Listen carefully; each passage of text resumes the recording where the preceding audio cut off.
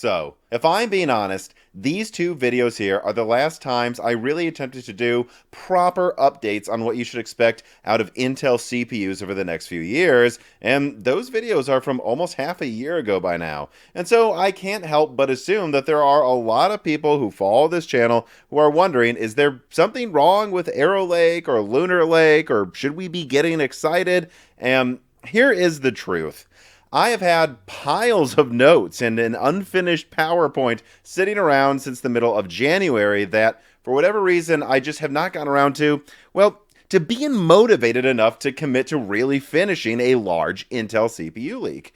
And further contributing to this Intel malaise, if you will, is that the channel has turned out pretty well over the past few months. Despite not doing as many Intel videos as usual, I have to say that a lot of the Intel ones, even ones where I try to be positive, don't really perform that well. And in the meantime, basically everything else that I've instead decided to work on, even regarding subjects that are atypical for this channel, have performed incredibly well, thus showing that if I'm excited about it, that's what's going to make the best video. And we've even seen a record amount of people joining the Moore's Law is Dead Patreon recently. So I know that it hasn't been a mistake to not try to force through some sort of writer's block to get another Intel video out, even though I'd argue this channel was really built on doing giant exclusive leaks for Intel.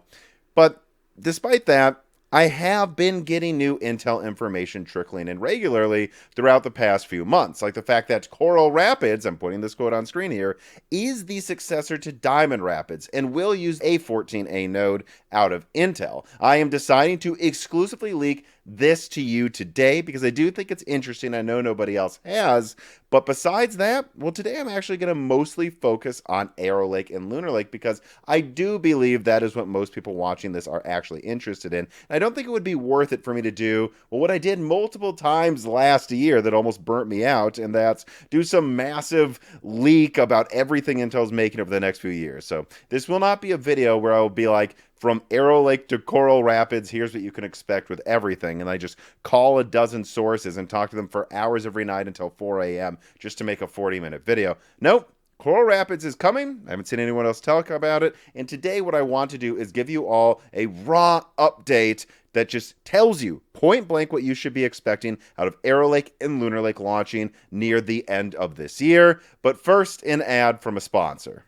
Jessie feels sad anytime Maurice doesn't feel like hanging out with her. She just doesn't like feeling disconnected from other people or cats in the family. Much like you can feel like you're disconnected from your family and friends anytime your phone or laptop runs out of battery on the go. But you know, that won't happen anymore if you get the Basis Gen 2 65-watt smart power bank. This piece of content is brought to you by the Basis Blade 2 power bank. A power bank that is incredibly portable at just 7.3 millimeters at its thinnest point, being comparable to a 2.5-inch SSD in size. And with its 12,000 mAh capacity battery and 65-watt output, it can even power many laptops on the go that accept USB-C power. And it even has premium features like an intelligent app control and real-time charging status display. And just personally, I like the idea they went for here with this power bank. It's a little wider, but that allows it to be thinner than the rectangular ones you would usually get that just are these bulky boxes that bulge in your pocket and really take up kind of more room in your laptop bag, which most people that would have a power bank this powerful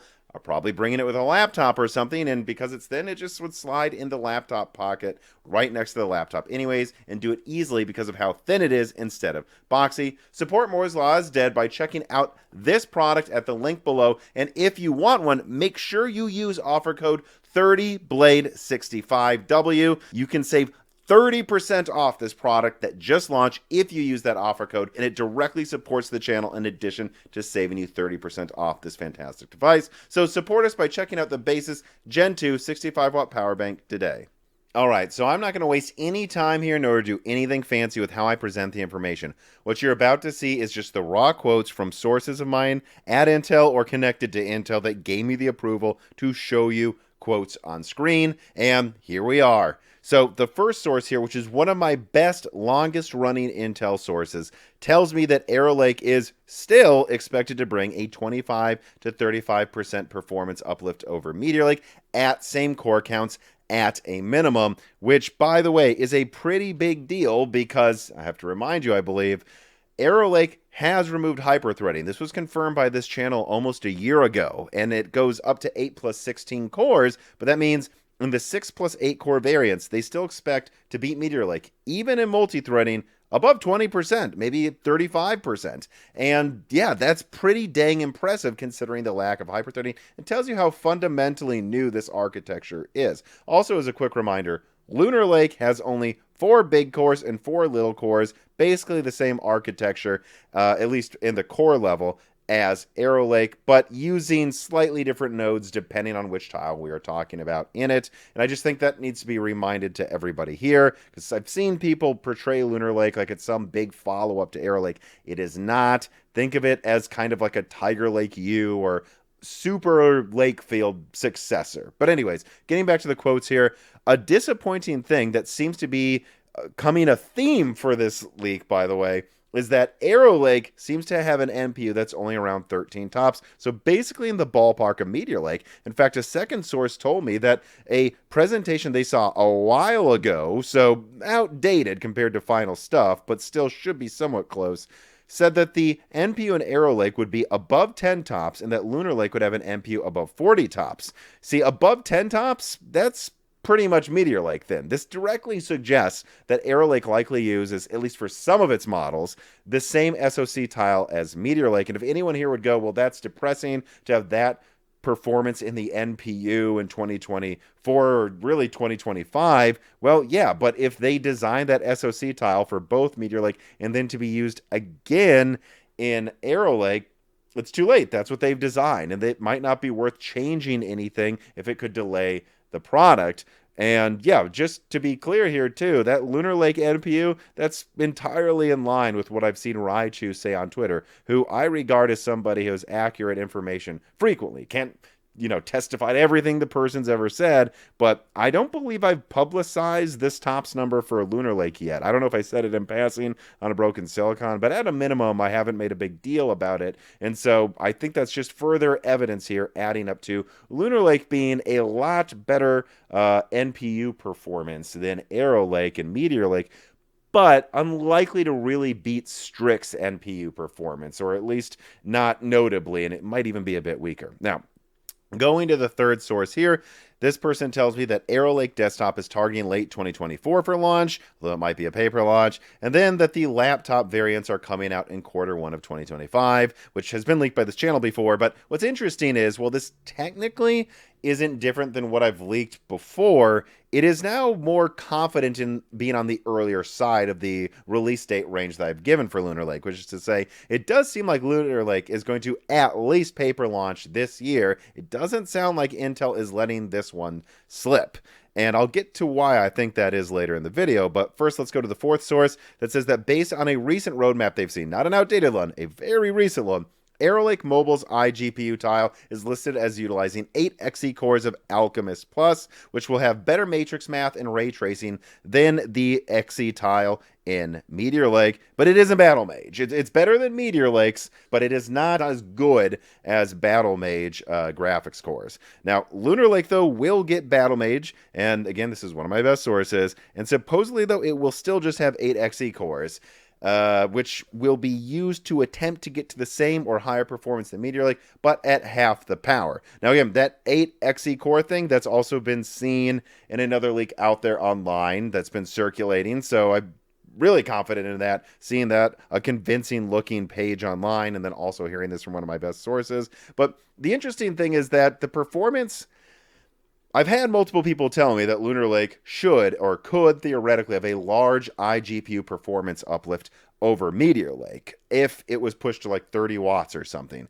But here's the thing. This person here says that in most recent presentations, they're more pitching Lunar Lake like taking Meteor Lake's overall performance and just cutting the power consumption in half. And so, well, I can't say for sure there won't be something much better out there in terms of iGPU performance with some, souped up Lunar Lake variant. At least for now, I think you should more so think of it as just a little bit better than Meteor Lake at half the power.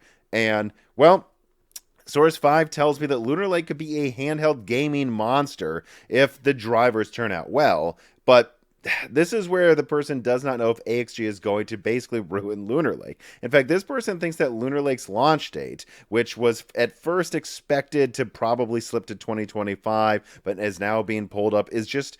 Well, the cores are basically, they don't have anything to worry about there anymore. It's all coming down to if Battle Mage and its drivers will be ready for launch. And in fact, if Battle Mage, or at least this one tile that at least Intel is going to launch, turns out above expectations, that there's even a chance Lunar Lake could launch before Arrow Lake. But it is going to hinge on what's going on at AXG.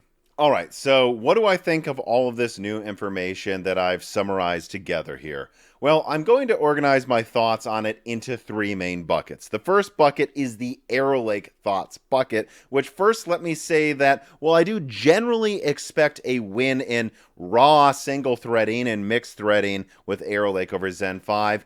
You have to remember, that's before we consider the Vcache factor with Zen 5. That should, at a minimum, make it close enough in a lot of games to Arrow Lake in performance, even if Arrow Lake does overall win. And it is an if. There is enough of a range here in performance expectations for Intel and AMD, where if AMD gets to the top of the performance I expect, Arrow Lake is near the bottom, that it will basically just be a wash in performance, no matter who wins either way. And so, because of that, we have to consider release dates and the cost then in terms of if Arrow Lake really will be a winner for Intel. You see, I am still hearing, and I want to put this new quote on screen here, that AMD may have EPYC, AM5, and mobility variants of Zen 5 all launching at least a full quarter before laptop Arrow Lake, or maybe even desktop Arrow Lake as well, is even out. And then consider that much of Zen 5 utilizes 4 nanometer at TSMC, whereas Arrow Lake's going to use 3 nanometer and 20A nodes. AMD's products are going to cost less, they will not require a new platform, and they will have first mover advantage. And so I just think this is something all of you should keep in the back of your head whenever Pat walks out on stage and finally confirms Arrow Lake specs and overall performance. Whatever performance he claims Arrow Lake is going to achieve, pay special attention to what power it will need to get there. Because Intel, not just in specific scenarios, not just here, but it usually boosts to double that amount of power consumption, Intel's going to have real typical power consumption, I think, that is competitive with AMD this time around, because of the LGA 1851, the new platform factor. Now, this was something discussed in depth on a die shrink that actually came out today that you get access to if you sign up for just the lowest tier on the Moore's Law Did Patreon, by the way. But you see, Arrow Lake's going to have to pull off a full win in all categories against Zen 5 to justify not only its higher price point than AMD, which it could be higher because it costs more to make, but it's also going to have to do that to justify why you should get a new and probably more expensive platform versus what AMD will be offering. You see, I refuse to believe that one of the major factors for the 7800 X3D being the best seller on Amazon and CPUs for forever, it seems like now, I refuse to believe that half of the reason isn't that its power consumption requirements are so reasonable that not only do you get the best gaming performance out of the CPU that's cheaper than the competition, but that you can throw it into any motherboard, even a cheap one with a bog standard cooler, maybe even a stock AMD cooler from a previous generation that you bought for cheap on eBay. That can power the strongest gaming processor. And if Intel expects people to pay more for Arrow Lake, which they might, because it does cost more to make. So if they don't, they're just getting way worse margins than AMD being on 3 nanometer versus AMD's 4 nanometer. But that if they expect you to pay more for their CPU and get a new platform, there's no way they should also be expecting you to have to buy insane cooling to tame the beast. Again, I have to emphasize this. Arrow Lake is launching after Zen 5. It will cost more to produce. It will require a new platform. And so it needs to launch without absurd cooling requirements and a firm victory. You can't launch later at a higher price on a new, more expensive platform and not also at least be able to say, hey, we are better than the competition, and you don't need to do anything crazy to cool our product anymore. All right, now the second bucket is the Lunar Lake Thoughts bucket, which I will say it is encouraging that I am hearing that Lunar Lake may actually be able to launch this year fairly close to Arrow Lake. However, if you read between the lines on that, though, a couple concerns should pop out to you immediately. Lunar Lake is using all TSMC tiles, as far as I'm aware, so if it is launching on time, is that just because Intel's foundry services aren't as good as TSMC? Because that's something people should be thinking about here. It really has no reason to launch before Arrow Lake. In fact, because it uses Battle Mage, it should be launching after Arrow Lake. And so if it launches even within the same month, in the same year, that's weird there. But anyways, also, I just have to say, though, that there's a chance this may be happening because Intel is simply throwing tons of money at getting Lunar Lake out as soon as possible because they know that they need to be able to claim that Battle Mage launched in 2024. I've already leaked that they seemingly have literally canceled the mobility variants for the dedicated cards, and to say that their desktop dedicated variants don't have a questionable future would be a huge understatement. But well, then that means that they need to be able to claim something with a Battle Mage sticker launched this year, and perhaps the reason Lunar Lake is being pulled up so much is they're just putting more resources behind it so they can say they didn't miss a deadline. But besides that, I don't have much else to say about Lunar Lake. We're just going to need to see if it turns out well, right? Meteor Lake sounded great. I don't think it turned out very well. So we're just going to need to wait and see if Lunar Lake does. And I can't wait to see how it turns out, perhaps in gaming handheld showdowns against AMD Kraken. Although I do have to say, bringing up Kraken here, it does sound like AMD will have a TOPS advantage that potentially extends across their entire APU lineup besides Hawkpoint, I suppose, well into 2025 and maybe even through 2026, which gets me to that third final bucket of things I want to discuss after putting out that new information. Why do you think AMD keeps replaying that clip of Microsoft telling them that they need more TOPS and that more really is more when it comes to TOPS and an NPU's level of performance, and that they will use every top AMD gives them? It's probably because, and I've said this many times before, I have to say it again, AMD probably thinks they're going to have an advantage in TOPS performance over Intel for the foreseeable future, despite Pat constantly saying that AI is everywhere, which truly, it just seems like, if you're thinking about it, only a lower volume APU, Lunar Lake will not be most of the volume for Intel for a very long time. In fact, from what I've heard, Raptor Lake for the consumer space will probably be most of Intel's volume going into mid-2025, and it doesn't have any NPU. It actually doesn't even have AVX 512 support, which I've been told by some AI researchers is actually pretty important for maybe getting around the fact that it lacks an NPU. Can't even do that. And so I just think a lot of people need to think about this. AMD has had an NPU in a lot of their APUs since Phoenix launched a year ago, and now they will have a better one in Hawkpoint, and Strix will be better than basically everything Intel is selling for another year after that, and Arrow Lake's pretty anemic when it comes to TOPS performance, it seems, whereas AMD seems to be codifying getting to that likely Windows 12 requirement for everything from Strix Halo to Strix to Kraken and so on and so forth. And, well, that should just be really concerning here that Intel may have made a blunder this big when this is really the thing they have left to make a play for the AI market during this bubble. And so I really hope that they are going to find ways to update that SoC tile. Maybe not at first with Arrow Lake, it sounds like, but at least by mid next year that can then be used by Arrow Lake Refresh when those tiles are ready, because I do think they need to not let this be yet another thing AMD could have a giant win in. Intel doesn't have room for setbacks anymore. Their earnings are in the dumpster, and AMD, and especially Nvidia, they seem like they keep lapping Intel in share price every week these days.